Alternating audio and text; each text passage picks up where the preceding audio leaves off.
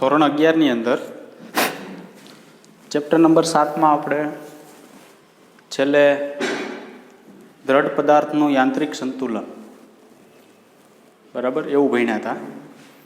એ સંતુલનની અંદર સૌથી અગત્યની વસ્તુ જે છે એ 4 પ્રકારના જે સંતુલન આવ્યા તે સંતુલનની અંદર શું આવ્યું હતું?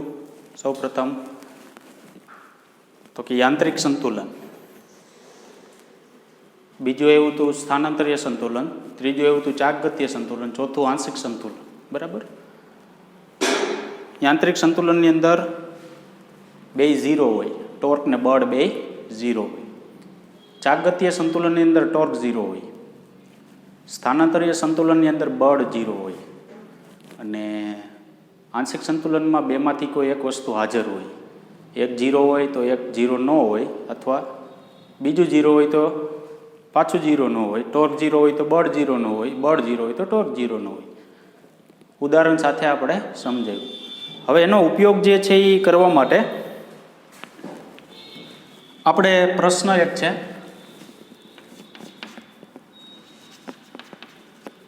ચાક માત્રાનો સિદ્ધાંતો.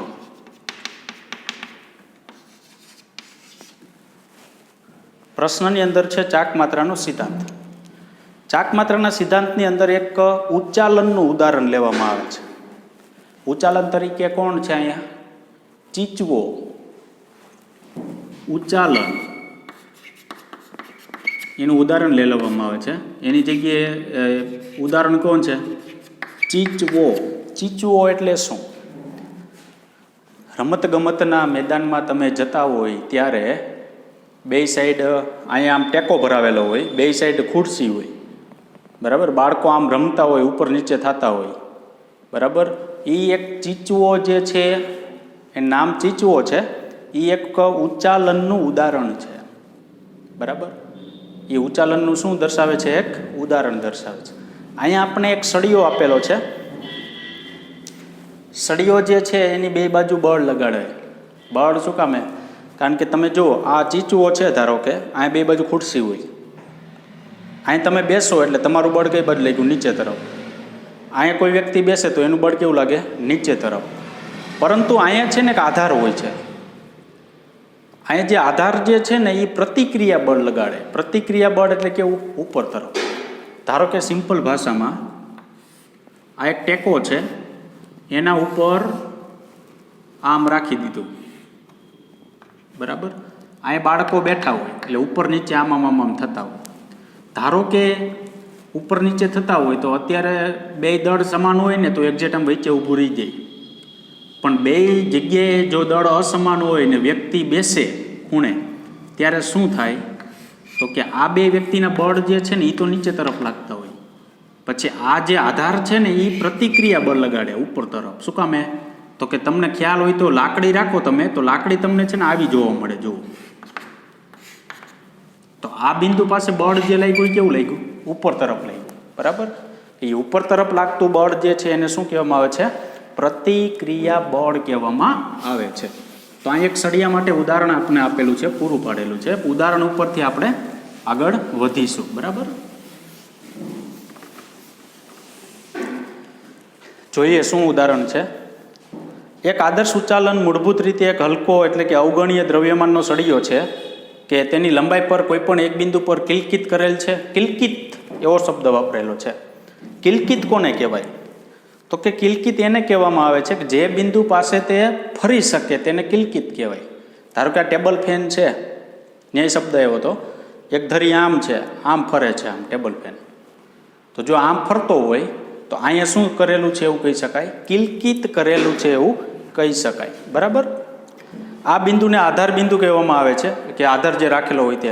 બાળકોના રમતના મેદાનમાં જોવા મળતો ચીચવો એ એક ઉચ્ચાલનનું વિશિષ્ટ ઉદાહરણ છે. બે બળો F1 F2 એકબીજાને સમાંતર, સામાન્ય રીતે લીવરને લંબ એટલે કે જે સળિયો હોય તેને લંબ આકૃતિમાં બતાવ્યા પ્રમાણે આધાર બિંદુથી અનુક્રમે D1 અને D2 અંતરે લાગે છે.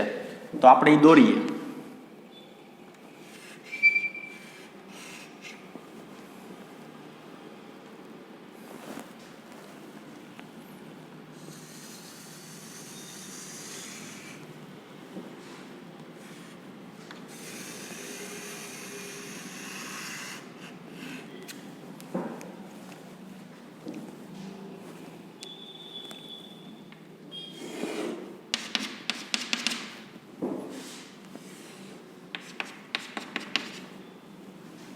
અહીં પ્રતિક્રિયા બળ લાગે છે ઉપર તરફ, કેટલું? આર જેટલું. અહીંથી આ અંતર છે D1, અહીંથી આ અંતર છે કેટલું? D2. કાલે તમને ખ્યાલ હોય તો પેલું એક ઉદાહરણ આવ્યું હતું, ખ્યાલ છે? બરાબર. બે બળ છે એ કેવા છે? સમાન મૂલ્યના છે. જે આધાર છે, આ જે લાકડી છે એને લંબરૂપે છે, એટલે બે 90 કોણ બનાવે, પરંતુ બે કેવા આપેલા છે? એક જ દિશામાં આપેલા છે. તો ઉચાલન એ યાંત્રિક સંતુલનનું એક તંત્ર છે. જો ઉચાલન છે ને યાંત્રિક સંતુલનનું એક તંત્ર છે. ઉચાલન જે છે યાંત્રિક સંતુલન એટલે શું હતું? તો કે બળ ટોર્ક બે 0. તો અહીંયા એવું બની શકે, બળ એ 0 થઈ શકે. યાંત્રિક સંતુલન જે છે એવું કીધું તમને, અહીં જોજો.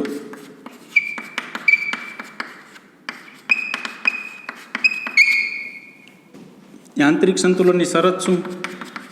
F = 0, tau = 0. સળિયા ઉપર લાગતું કુલ બળ જુઓ, બે બળ નીચે, એક બળ ઉપર. તો બે બળ નીચે છે એનો સરવાળો કરો, એક બળ ઉપર છે એ બાદબાકી કરો. કારણ કે જો બે બળ એક દિશામાં હોય તો બેનો સરવાળો થાય, વિરુદ્ધ દિશામાં હોય તો એની શું થાય? બાદબાકી થાય. તો અહીંયા આપણે શું કહીએ છીએ કે આધાર બિંદુ પર આધાર પ્રતિક્રિયા બળ લગાડે. આ જે છે એ પ્રતિક્રિયા બળ લગાડે છે. આર એ બળો F1 અને F2 ની વિરુદ્ધ દિશામાં છે. તે સ્થાનાંતરીય સંતુલન માટે શું થાય? તો યાંત્રિક સંતુલનની અંદર બે સંતુલન આવે. જો બે સંતુલનમાં તો કે આને કહેવાય સ્થાનાંતરીય સંતુલન અને આને શું કહેવાય? ચાકગતીય સંતુલન. તો પેલું આપણે લઈએ સ્થાનાંતરીય સંતુલન. તો સ્થાનાંતરીય સંતુલનની શરત શું અહીંયા મળશે આપણે? R - F1 - F2 = 0. ઉપરનું જે બળ છે એની આ બે બળ વિરુદ્ધ દિશામાં છે, એટલે આ પ્લસ લ્યો તો આ બે માઇનસ લેવા પડે, એટલે બે માઇનસ લીધા. અથવા આ બે સરવાળો કરો F1 + F2, તો માઇનસ શું કરવું પડે? કેપિટલ R કરવું પડે. એ કેવું હોવું જોઈએ? જો સ્થાનાંતરીય સંતુલનમાં ઉચાલન હોય તો કન્ડિશન કેવી થવી જોઈએ? આવી થવી જોઈએ. R - F1 - F2 = 0. આગળ ચાકગતીય સંતુલન માટે આપણે આધાર બિંદુને અનુલક્ષીને ચાકમાત્ર લઈએ. ચાકમાત્રનો સરવાળો 0 હોવો જોઈએ. હવે લેશું ચાકગતીય સંતુલન. ચાકગતીય સંતુલનની અંદર શું કીધું? ટોર્ક છે એ 0 થવું જોઈએ. તો આપણે અહીંયા આ છે આધાર છે. હવે જો હવે આટલો ભાગ લ્યો તમે ટોર્ક માટે, તો આ બળ થયું, આ અંતર થયું. આટલો ભાગ લ્યો એટલે આ બળ થયું, આ અંતર થયું, આ બળ થયું. તો અહીંયા આપણા માટે બળ કેટલું છે? F1. અંતર કેટલું? D1. તો અહીં લખાય D1 F1 - D2 F2 = 0. શું કીધું? ધારો કે આની આ વસ્તુ છે એ ચાકગતીય સંતુલનમાં હોય તો કુલ ટોર્ક 0 થવું જોઈએ, અને સ્થાનાંતરીય સંતુલનમાં હોય તો કુલ બળ. આ કુલ બળ થયું. હવે કુલ ટોર્કમાં આપણે શું લીધું જુઓ. તો મારે એવું કહી શકાય કે આ માઇનસ શું કામ આવ્યું? તો કે આ જે પદાર્થ જે દિશામાં ભ્રમણ કરવાની કોશિશ કરે છે એનાથી આ વિરુદ્ધ દિશામાં ભ્રમણ કરવાની કોશિશ કરે છે. બરાબર. તો આ જે દિશામાં ભ્રમણ કરતો હોય તો આને લીધે જે ટોર્ક મળે ને એ તમને આ બાજુ મળે, બોર્ડને લંબરૂપે બહાર તરફ. આને લીધે જે ટોર્ક મળે ને એ કેવું મળે? અંદર તરફ મળે. તો એક ટોર્ક પ્લસ લખવું પડે, એક ટોર્ક કેવું લખવું પડે? માઇનસ લખવું પડે. તો જ પરિણામી ટોર્કની વેલ્યુ કેવી મળશે? 0. સામાન્ય રીતે વિષમઘડી દિશા અને સમઘડી દિશા. વિષમઘડી માટે આ ખાસ નોંધ લેજો, વિષમઘડી અને સમઘડી. વિષમઘડી માટે હંમેશા ટોર્કની વેલ્યુ જે છે એ ધન લેવામાં આવે છે, અને સમઘડી માટે હંમેશા શું લેવામાં આવે છે? ઋણ. આ કન્ડિશન યાદ રાખજો. સામાન્ય રીતે એવું કીધું છે કે પદાર્થને જો વિષમઘડી દિશામાં ફેરવવાની કોશિશ કરતું હોય બળ, તો તેને લીધે ઉદ્ભવતું ટોર્ક હંમેશા ધન લેવું, અને સમઘડી દિશામાં જો ફેરવવાની કોશિશ કરતું હોય તો તેને લીધે હંમેશા શું લેવું? ઋણ લેવું. હવે જોઈ લ્યો આ કન્ડિશન. આ પદાર્થ છે, આ પદાર્થ. બરાબર. એ પદાર્થની અંદર શું થાય છે? તો કે આ બળને આ બળ લઈ લ્યો તમે. ધારો કે આમ ફરે તો એની દિશા આમ થાય. તો કઈ દિશામાં ફરવાની કોશિશ કરે છે? જોવો જી, વિષમઘડી દિશામાં ફરવાની કોશિશ કરે છે. તો એના માટેનું ટોર્ક ધન, એટલે અહીં લખ્યું ધન. D1 F1 સાઇન થીટા એવું આવે, પણ થીટા એટલે D1 અને F1 વચ્ચેનો ખૂણો અહીંયા કેટલાનો છે 90નો, એટલે ડાયરેક્ટ શું લખ્યું છે D1 F1. ચાલો આગળ જઈએ. આ પદાર્થ જે છે આમ ફરવાની કોશિશ કરે, જો આમ સમઘડી દિશામાં ફરવાની કોશિશ કરે, જો એટલો ભાગ. તો સમઘડી દિશામાં ફરવાની કોશિશ કરે તો એના માટે ટોર્ક કેવું લેવાનું? ઋણ. તો ટોર્ક ઋણ લ્યો તો આ થયું ઋણ -d2 F2 = 0. ખ્યાલ આવ્યો કે નહીં? અહીં એક તમને શરત આપેલી છે કે પદાર્થ જો સમઘડી દિશામાં ફરવાની કોશિશ કરે તો તેના માટે ટોર્ક હંમેશા તમારે ઋણ લેવું. આ એક સંજ્ઞા પ્રણાલી છે, ભૂલાવવું ન જોઈએ. વિષમ ઘડી માટે હંમેશા કેવું લેવાનું થશે? ધન લેવાનું થશે. આગળ નોંધો કે આ આધાર બિંદુ પર લાગે છે અને આધાર બિંદુને અનુલક્ષીને ટોર્કની ચાકમાત્રા શૂન્ય છે. કારણ કે આપણી પાસે કોઈ પણ પદાર્થ છે તેના ઉપર જેટલા બળ લાગતા હોય તે બધા બળને લીધે ઉદ્ભવતું આપણે શું મેળવવાનું? ટોર્ક મેળવવાનું થાય. તો આ F2 બળ છે ને આ છેડા ઉપર લાગે છે, F1 બળ છે ને એ અહીંયા લાગે છે. હવે આ જે કેપિટલ R છે તેને લીધે ટોર્ક તો મળે જ, પણ એની ચાકમાત્રા 0, એટલે કે ટોર્ક શું મળે? 0. શું કામ 0 મળે? તો કે એ જે છે ને એ આધાર બિંદુ ઉપર લાગે. જુઓ બરાબર, તમે આમ દોરો અહીંથી આમ અંતર સાથે R અંતરે તમે આમ P બિંદુ દોરતા ત્યારે અહીંયા કંઈક તમને F બળ લાગતું, પણ આ P બિંદુ છે ઉગમ બિંદુ પર હોય તો R શું થઈ ગયું? 0 થઈ ગયું. ઉગમ બિંદુ એટલે આધાર બિંદુ પર હોય P બિંદુ, બરાબર, તો R 0. તો ટોર્કનું સૂત્ર આવું છે RF sin થીટા, તો એમાં R 0, તો R 0 કરી નાખો, ટોર્ક શું થઈ જાય? 0 થઈ જાય. બરાબર.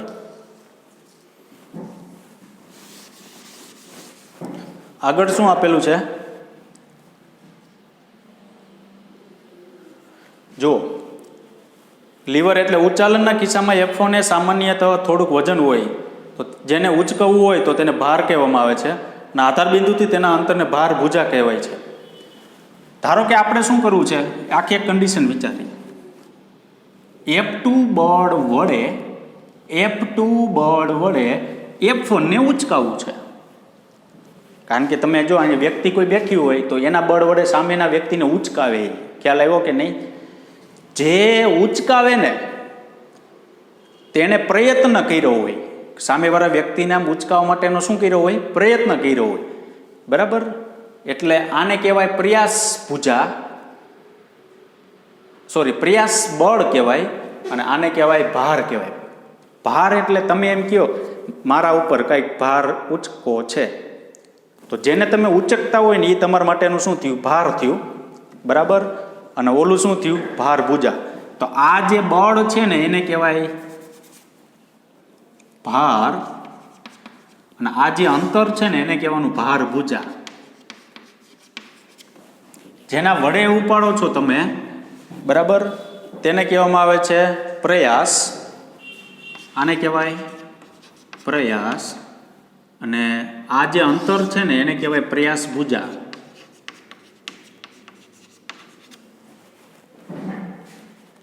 હવે ધારો કે ઊંધું, તો કોક એમ કે મારે F1 બળ વડે મારે F2 ને ઉચકાવવું છે, તો તમારે ભાર આને કહેવાનું. આ અંતરને આધાર બિંદુથી જે અંતર છે ભાર સુધીનું એને શું કહેવાય? ભાર ભુજા. જેના વડે ઉચકાવું, કોના વડે ઉચકાવું? F1 વડે, તો અહીંયા કહેવાનું પ્રયાસ ભુજા, અને આને શું કહેવાનું? પ્રયાસ, એવું કહેવાનું. બરાબર.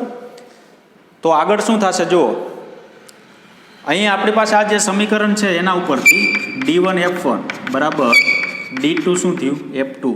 ગુજરાતીમાં જો લખવું હોય તો D1 છે એ ભાર ભુજા, અને આ શું થયું? ભાર, ઇક્વલ ટુ D2 પ્રયાસ ભુજા, અને આ શું થયું? પ્રયાસ. આ ભાર ભુજા ભાર, પ્રયાસ ભુજા પ્રયાસ. બરાબર. તો હવે આપણે અહીંયા એવું લખી શકીએ F1 બાય F2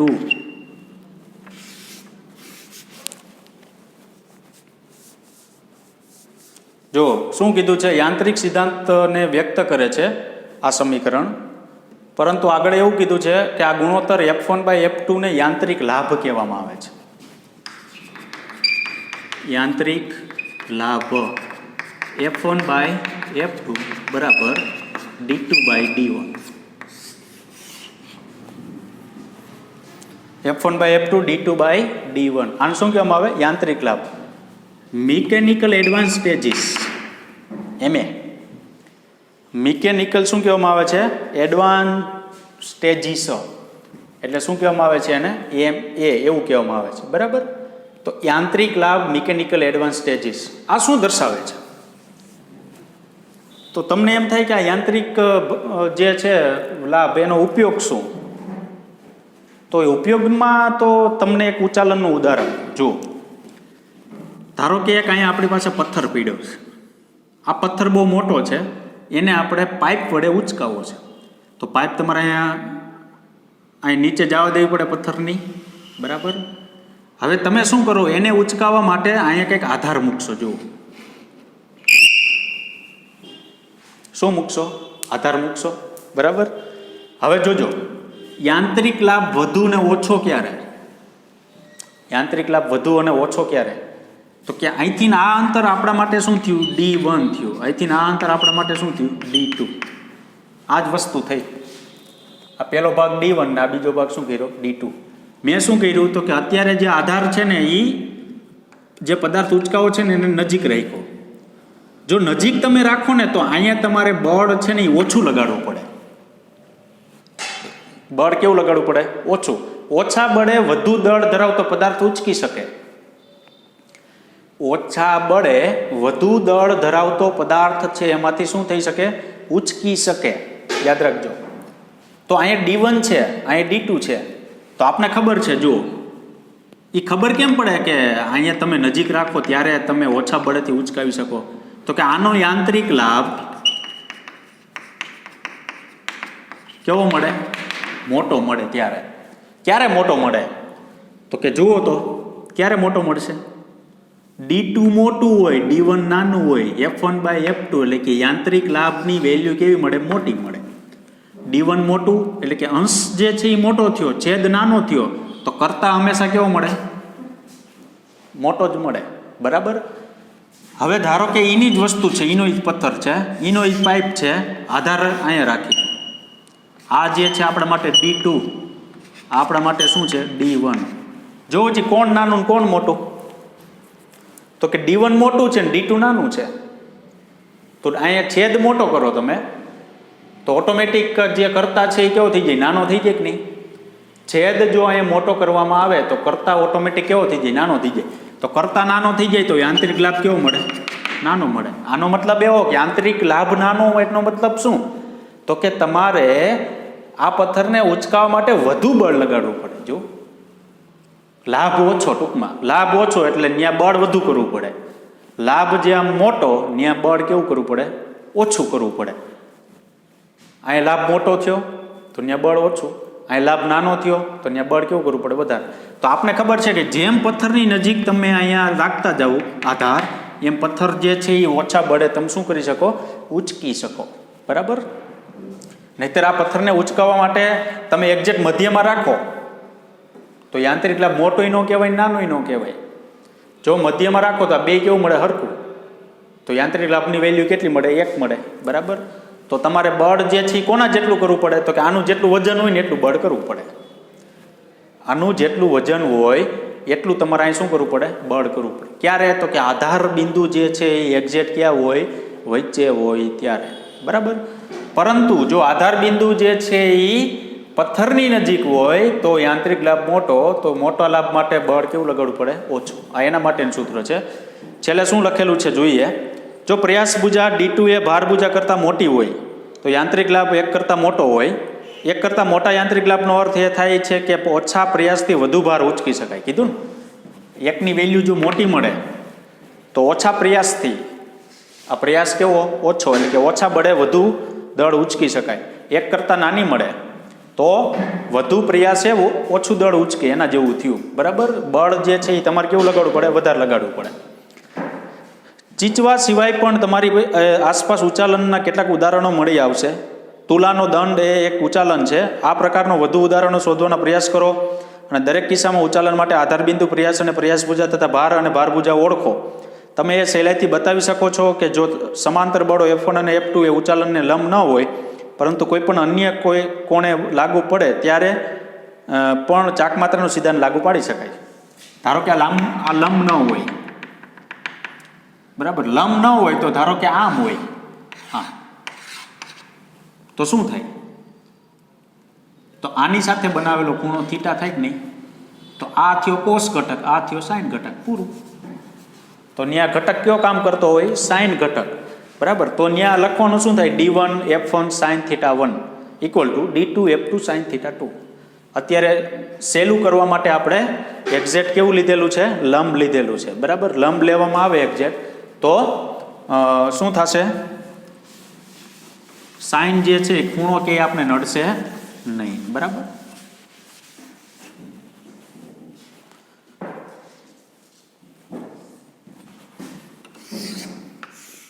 ચાલો એના પછી છે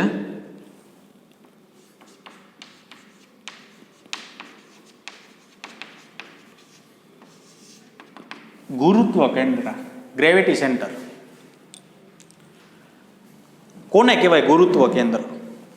તો સાદી ભાષામાં એને કહેવાય કે કોઈ પદાર્થ છે એનું સમગ્ર દળ, કોઈ પદાર્થનું સમગ્ર દળ જ્યાં કેન્દ્રિત થયેલું હોય એનું કેન્દ્ર થાય. એ કેન્દ્ર પાસે તમે જો કોઈ આધાર રાખો અને એ પદાર્થ આખો સ્થિર થાય તો ત્યાં એનું ગુરુત્વ કેન્દ્ર ગણવામાં આવે છે.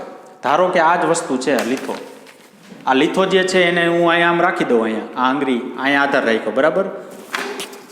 એક્ઝેક્ટ અહીંયા વચ્ચે રાખી દઉં, આમ રહી ગયો સંતુલનમાં. ક્યારે સંતુલનમાં રહે? તો કે સમગ્ર દળ ક્યાં કેન્દ્રિત થયેલું છે?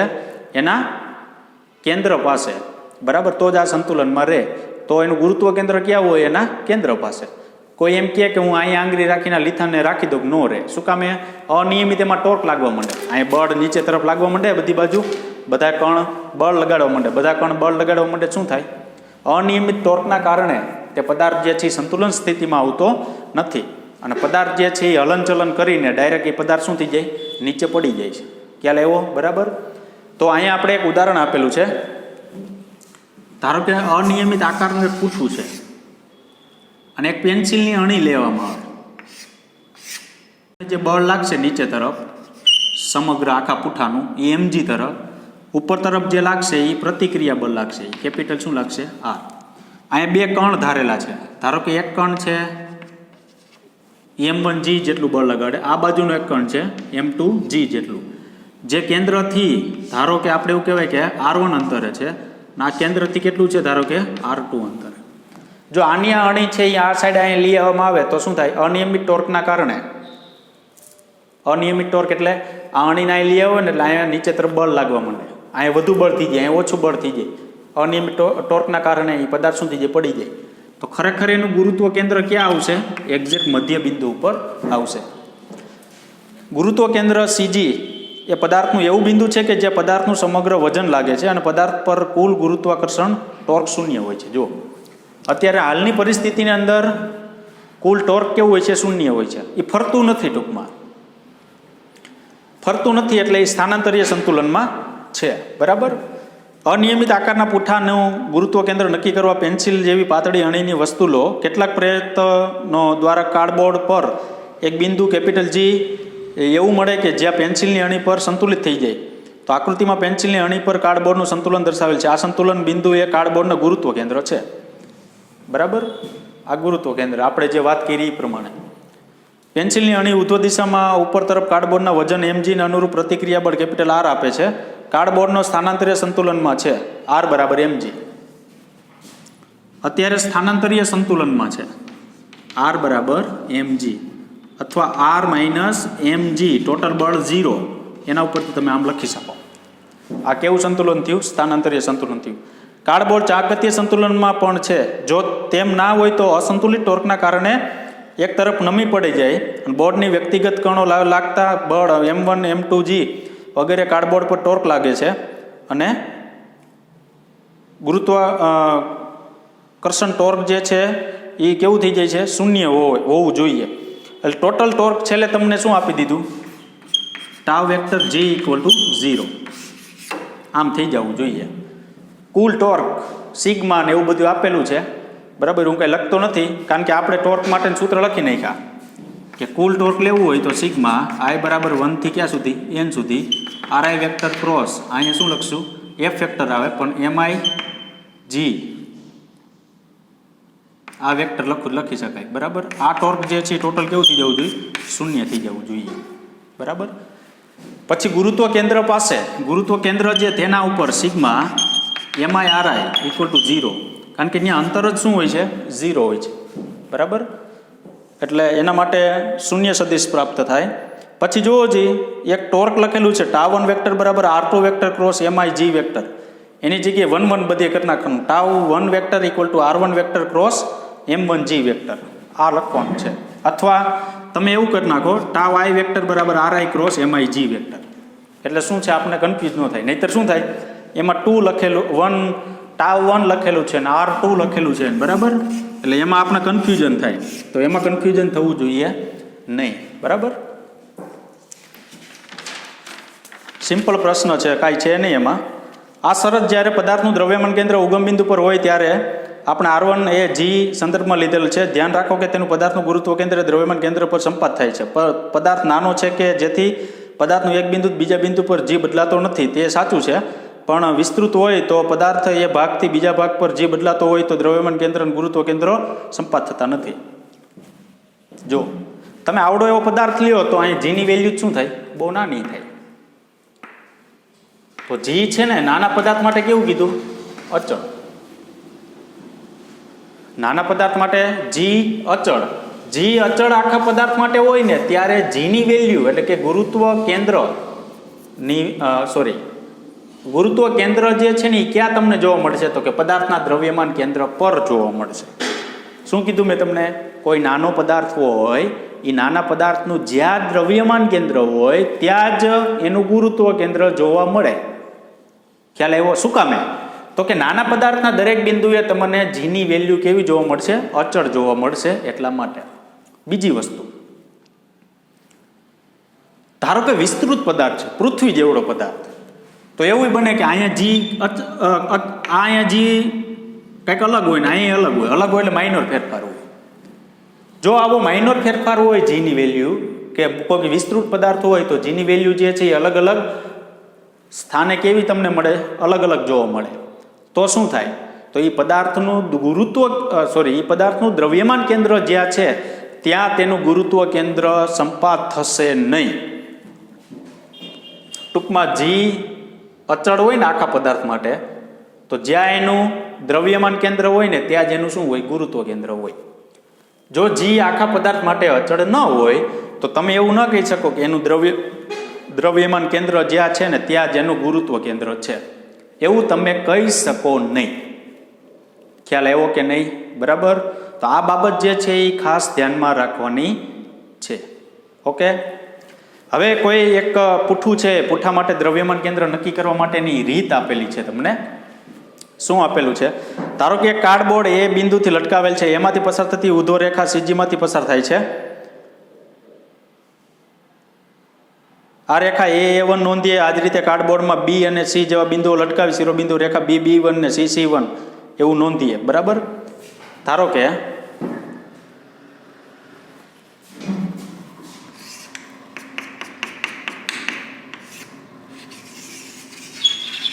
એક કાર્ડબોર્ડ છે, એને આમ લટકાવી દીધો અને અહીંયા ગુરુત્વ કેન્દ્ર છે, એમાંથી એક રેખા પસાર થાય છે, એ ડેશ છે. હવે આને આમ ફેરવવામાં આવે, ફેરવો એટલે અહીંયા બી બિંદુ છે એ અહીં બી આવે એટલે આવી રેખા થશે બી ડેશ. પાછું ફેરવો એટલે શું થશે, સી ડેશ. બધા બિંદુઓ જ્યાં બધી રેખાઓ જે બિંદુ પાસે મળશે ત્યાં એનું ગુરુત્વ કેન્દ્ર મળશે. આ રીતે બધી શિરોબિંદુઓ શિરોલંબ રેખાઓનું છેદન બિંદુ અનિયમિત આકારના પદાર્થનું સીજી આપે છે. પદાર્થ પૂરતો નાનો હોવાથી આ રીતે આપણે દ્રવ્યમાન કેન્દ્ર પણ શોધી શકીએ.